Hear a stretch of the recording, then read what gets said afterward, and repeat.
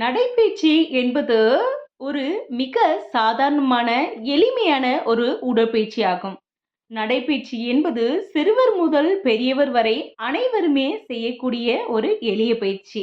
இப்போ வாரத்துல 3 நாட்கள் 40 நிமிடங்கள் நாம நடைப்பயிற்சி மேற்கொள்ளும்போது, உங்கள் மூளைக்கு என்ன நடக்கும் அப்படிங்கிறத பத்தி நாம இந்த வீடியோல தெரிஞ்சுக்கலாம். ஹாய் ஹலோ ஃப்ரெண்ட்ஸ், வணக்கம் அண்ட் வெல்கம் டு தேன் மிட்டாய் யூடியூப் சேனல். நடைப்பயிற்சி பதட்டம் மற்றும் மனச்சோர்வு போன்ற நாட்பட்ட மனநல நிலைமைகள் தொடர்பான அறிகுறிகளை குறைக்கும்.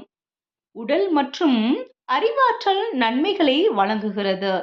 நீங்கள் வாரத்திற்கு 3 முறை ஒரு நாளைக்கு 40 நிமிடங்கள் தொடர்ந்து நடந்தால் உங்கள் மூளை கவனம் செலுத்தும் திறனையும் நினைவாற்றலையும் வலுப்படுத்தி முன்பை விட கூர்மையாக மாறும்.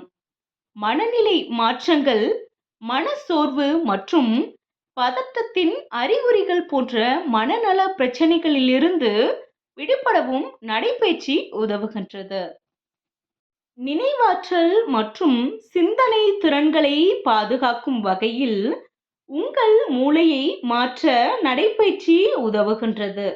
உங்கள் ஒட்டுமொத்த ஆரோக்கியத்தை மேம்படுத்த அல்லது பராமரிக்க நடைப்பயிற்சி சிறந்த வழிகளில் ஒன்றாகும். உங்கள் இதய ஆரோக்கியத்தை சீராக்க உதவுவதோடு மட்டுமல்லாமல் இது எடை மேலாண்மைக்கும் உதவுகிறது. வேறு சில வகையான உடற்பயிற்சிகளைப் போல அல்லாமல் நடைப்பயிற்சி இலவசம் மற்றும் எந்த சிறப்பு உபகரணங்களோ அல்லது பயிற்சியோ தேவையில்லை. எந்த நேரத்திலும் செய்யலாம், மேலும் உங்கள் சொந்த வேகத்தில் செய்ய முடியும். மாறிவரும் வாழ்க்கை முறை மற்றும் வயது காரணமாக பெரும்பாலான மக்கள் மூளை மூடுபனி, மன அழுத்தம் மற்றும் சோர்வை வழக்கமான அளவில் அனுபவிக்கின்றனர். எனவே நடைப்பயிற்சி போன்ற உடற்பயிற்சியானது நினைவாற்றல் மற்றும் சிந்தனை திறன்களை பாதுகாக்கும் வகையில் உங்கள் மூளையை மாற்றும் என நிபுணர்கள் கூறுகின்றனர்.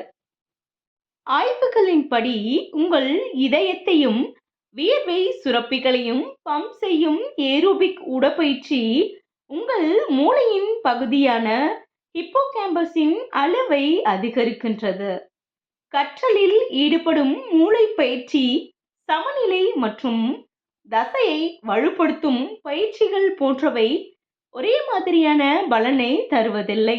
உங்கள் மூளைக்கு அந்த நன்மைகளை பெற வாரத்திற்கு 3 முறை குறைந்தது 40 நிமிடங்கள் முடிந்தவரை வேகமாக நடக்க முயற்சி செய்யுங்கள். விறுவிறுப்பான நடைப்பயணத்தின் நன்மைகள் என்னென்னு பார்க்கலாம். நடைப்பயிற்சி உங்கள் மனநிலை மற்றும் தூக்க முறைகளையும் மேம்படுத்துகின்றது. இதன் மூலம் மன அழுத்தம் மற்றும் பதட்டம் குறைகின்றது என்று மருத்துவர்கள் கூறுகின்றனர். உங்கள் மூளை சிந்தனையையும் நினைவாற்றலையும் கட்டுப்படுத்துவதனால் தொடர்ந்து நடப்பது என்பது செறிவு மற்றும் உங்கள் உணர்வுகளை கட்டுப்படுத்தும் திறனையும் பலப்படுத்துகின்றது.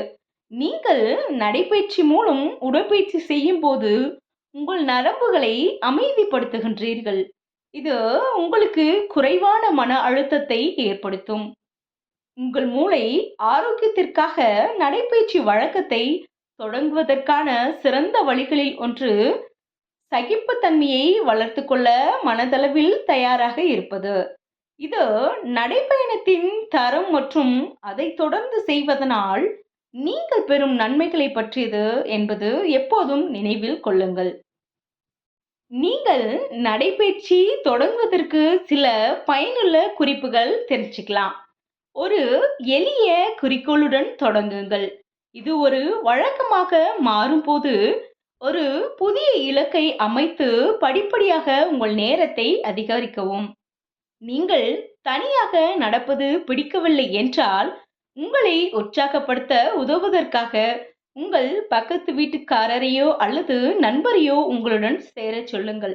எப்போதும் வசதியான காலணிகள் மற்றும் ஆடைகளை அணியுங்கள். நீங்கள் வெளியில் நடந்தால் அதை மிகவும் சுவாரஸ்யமாக மாற்ற பல்வேறு வழிகளை திட்டமிடுங்கள். என்ன ஃப்ரெண்ட்ஸ், இதுவரைக்கும் நீங்க வாக்கிங் ஸ்டார்ட் பண்ணல அப்படின்னா, இந்த வீடியோ உங்களுக்கு ரொம்ப யூஸ்ஃபுல்லா இருக்கும்னு நான் நம்புறேன். இந்த வீடியோ பிடிச்சிருந்தா லைக் பண்ணுங்க, ஷேர் பண்ணுங்க. இதுவரைக்கும் நம்ம சேனலை சப்ஸ்கிரைப் பண்ணாதவங்க சப்ஸ்கிரைப் பண்ணிருங்க. மறுபடியும் நல்ல தகவலோட நான் உங்களை சந்திக்கிறேன். நன்றி, வணக்கம்.